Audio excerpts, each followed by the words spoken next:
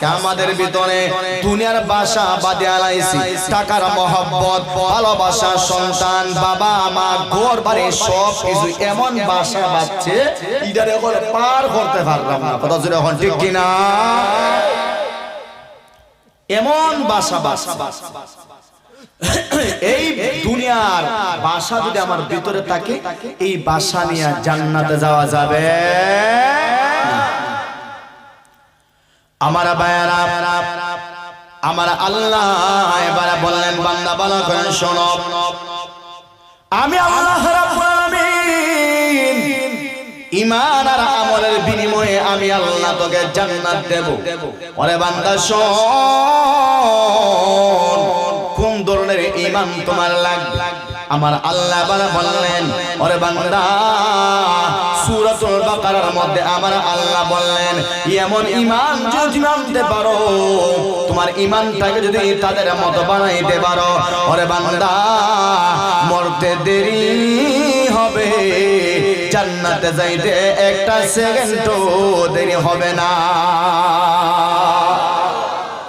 আমার আল্লাহ বললেন ওয়া ইযা কিলা লাহুম আমিনু কামা আমানান নাস।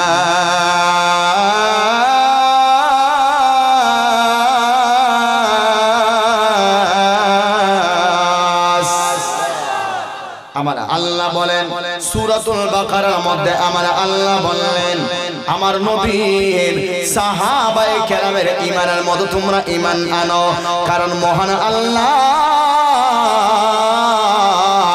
নবীর সাহাবায়ে কেরামকে আমাদের জন্য ঈমানের মাপকাঠি বানাইয়া দেয়া দিয়েছে, ঠিক কিনা? জান্নাতে যেতে চাও, সাহাবায়ে কেরামের ঈমানের মতো ঈমানটা আনবা। সাহাবায়ে কেরামের ঈমান কিরকম ছিল? সুদ খাইছেন, ঘুষ খাইছেন, বেনামাজি ছিলেন, চুরি করছেন, ডাকাতি করছেন, অন্যের ক্ষেতের আইল নিজের ক্ষেতে ঢুকাইছেন না? কি এখন ঢুকাইছেন না তো? আমার ভাইয়েরা, সাহাবায়ে কেরাম গুনাহ যদিও হয়ে যায় এমন তওবা করেছেন, সঙ্গে সঙ্গে মহান আল্লাহ জিবরাইল পাঠাইয়া মাফের ঘোষণা দিয়া দিয়েছে।